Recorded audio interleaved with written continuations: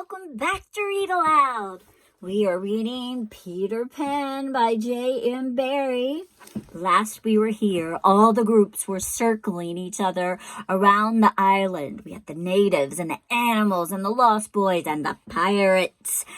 And the boys just heard the pirates singing their grim song, and they disappeared. Now, where's Peter? Where are Wendy and Tinkerbell?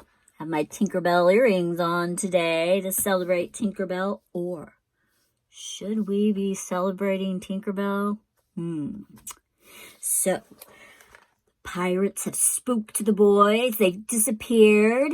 Let's find out where they are. I will tell you where they are. With the exception of Nibs, who has darted away to rencontre, they have already in their home under the ground a very delightful residence, of which we shall see a good deal presently. But how have they reached it? For there is no entrance to be seen. Not so much as a large stone, which if rolled away would disclose the mouth of a cave. Look closely, however, and you may note that there are here 7 large trees, each with a hole in its hollow trunk as large as a boy. These are the 7 entrances to the home under the ground, for which Hook has been searching in vain these many moons. So he's been searching, but he can't find it. Will he find it tonight? As the pirates advance, the quick-eyed Starkey sighted Nibs disappearing through the wood, and at once his pistol flashed out. But an iron claw gripped his shoulder. "Come, you go!" he said, writhing. Now, for the first time, we hear the voice of Hook. It was a black voice. "Put back that pistol first," it said threateningly. "It was one of those boys you hate. I could have shot them dead." "Aye, and the sound would have brought Tiger Lily's natives upon us. Do you want to lose your scalp?" "Shall I after him?" asked pathetic Smee, "and tickle him with Johnny Corkscrew?" Smee had pleasant names for everything, and his cutlass was Johnny Corkscrew, because he wriggled it in the wound. One could mention many lovable traits about Smee. For instance, after killing, it was his spectacles he wiped instead of his weapon. "Johnny's a silent fellow," he reminded Hook. "Now, Smee," said Hook darkly, "he is only one, and I want mischief to all 7. Scatter and look for them."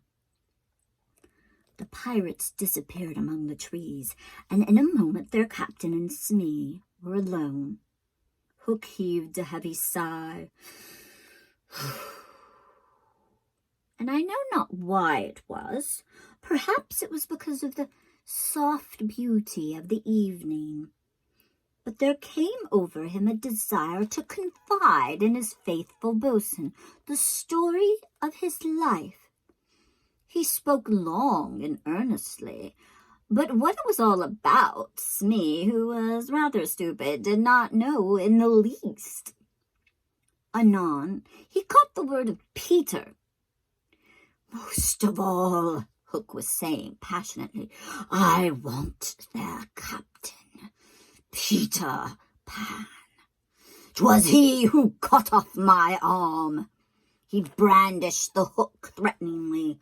"I've waited long to shake his hand with this.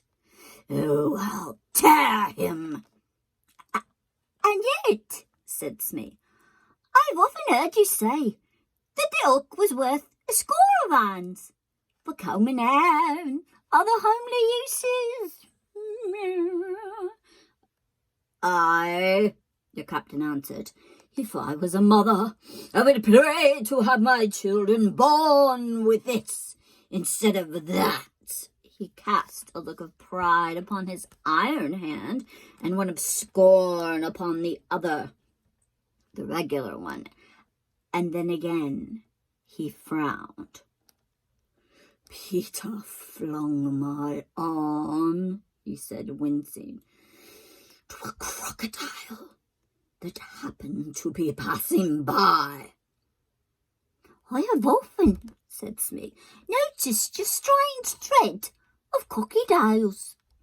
Not of crocodiles, Hook corrected him, but of that one crocodile.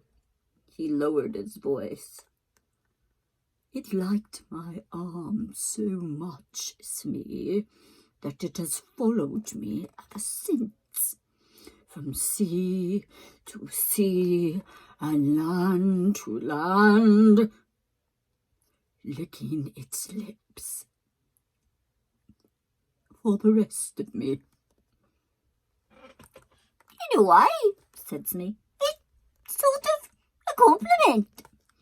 I want no such compliments, said Hook, barking petulantly. I want Peter Pan, who first gave the brute its taste for me. He sat down on a large mushroom, and now there was a quiver in his voice. See, he said huskily, that crocodile would have had me before this. But, by lucky chance, it swallowed a clock which goes tick, tick, tick inside it. So before it can reach me, I can hear the tick and bolt. He laughed, but in a hollow way. Someday, said Smee, the clock will run down, and then he'll get you. Hook wetted his lips. Aye, 'tis the fear that haunts me. Since sitting down, he had felt curiously warm. Smee, he said, the seat is hot. He jumped up. Oh, God, hammer and tongs! I'm burning! They examined the mushroom, which was of size and solidity unknown on the mainland. They tried to pull it up, and it came away at once in their hands, for it had no root. Stranger still, smoke began at once to ascend. The pirates looked at each other. A chimney! They both exclaimed. They had indeed discovered the chimney of their home under the ground. It was the custom of the boys to stop it with a mushroom when enemies were in the neighborhood. Not only smoke came out of it, there also came children's voices, for so safe did the boys feel in their hiding place that they were gaily chattering. The pirates listened grimly and then replaced the mushroom. They looked around them and noted that there are holes in 7 trees. Did you hear them say, from Peter Pan's home? Smee whispered, fidgeting with Johnny Corkscrew. Hook nodded. He stood for a long time lost in thought, and at last a curdling smile lit up his swarthy face. Smee had been waiting for it. Unrip your plan, Captain, he said eagerly. To return to the ship, Hook replied slowly through his teeth, and cook a large, rich cake of a jolly thickness with green sugar on it.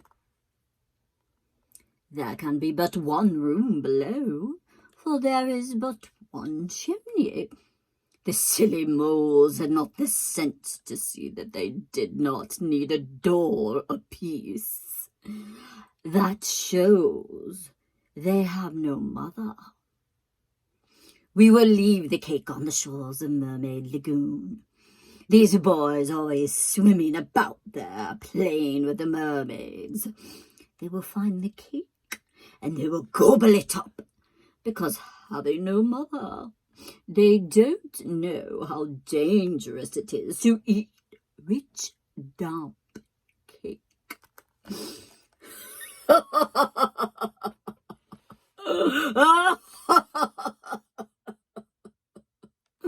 He burst into laughter. Not the hollow laughter now, but an honest laughter. Oh, they will die. Smee had listened with growing admiration. It's the wickedest, prettiest policy I ever heard of, he cried. And in their exultation, they danced and sang, "All lost below when I appear, my feather overtook, not left upon your bones when you have shaken hands with cook." They began the verse, but they never finished it, for another sound broke in and stilled them. It was at first such a tiny sound that a leaf might have fallen on it and smothered it. But as it came nearer, it was more distinct. Tick, tick, tick, tick. Hook stood shuddering, one foot in the air. "A crocodile," he gasped, and bounded away, followed by his bosun. It was indeed the crocodile. It had passed the Indians, who were now on the trail of the other pirates, and it oozed on after Hook. Once more the natives emerged into the open. But the dangers of the night were not yet over, for presently Nibs rushed, breathless, into the mist, pursued by a pack of wolves. The tongues of the pursuers were hanging out, and the baying of them was horrible. "Oh! Save me! Save me!" cried Nibs, falling on the ground.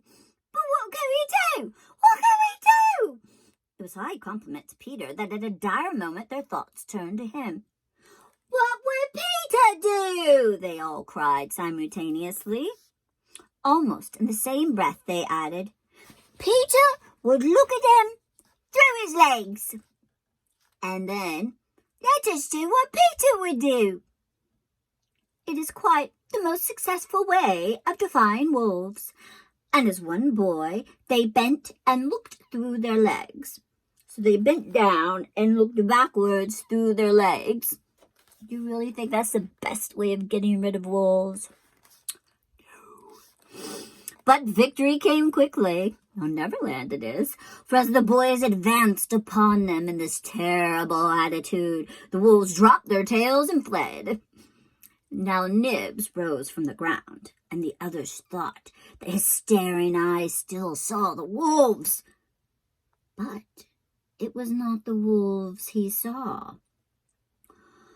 "I've seen a wonderful thing," he cried, as they gathered around him eagerly. "A great white bird! It is flying this way! What kind of bird do you think?" "I don't know," said Nibs, awestruck, "but it looks so weary. And as it flies, it moans, 'Poor Wendy, poor Wendy, poor Wendy.'" "I remember," said Slightly instantly. "There are birds called Wendies." "See, it comes!" cried Curly, pointing to Wendy in the heavens. Wendy was now almost overhead, and they could hear her plaintive cry. But more distinct came the shrill voice of Tinker Bell. The jealous fairy had now cast off all disguise of friendship and was darting at her victim from every direction, pinching savagely each time she touched. "Hello, Tink!" cried the wondering boys.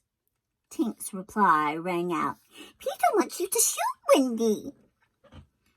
It was not in their nature to question what Peter ordered. "Let us do what Peter wishes," cried the simple boys.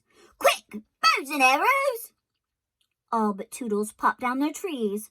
He had a bow and arrow with him, and Tink noted it and rubbed her little hands. "Quick, Toodles, quick!" she screamed. "Peter will be so pleased." Toodles excitedly fitted the arrow to his bow. "Out of the way, Tink!" he shouted, and then he fired, and Wendy fluttered to the ground with an arrow in her breast. What's going to happen? How could Tink do that? See what jealousy can do? Tricking those poor boys. They don't have a mother. And Captain Hook noticed they didn't have a mother, and he thought he could get away with things because they didn't. So what does that say about mothers? Do we need them? Or someone like them? So you be good to your mother today, or who's taking care of you.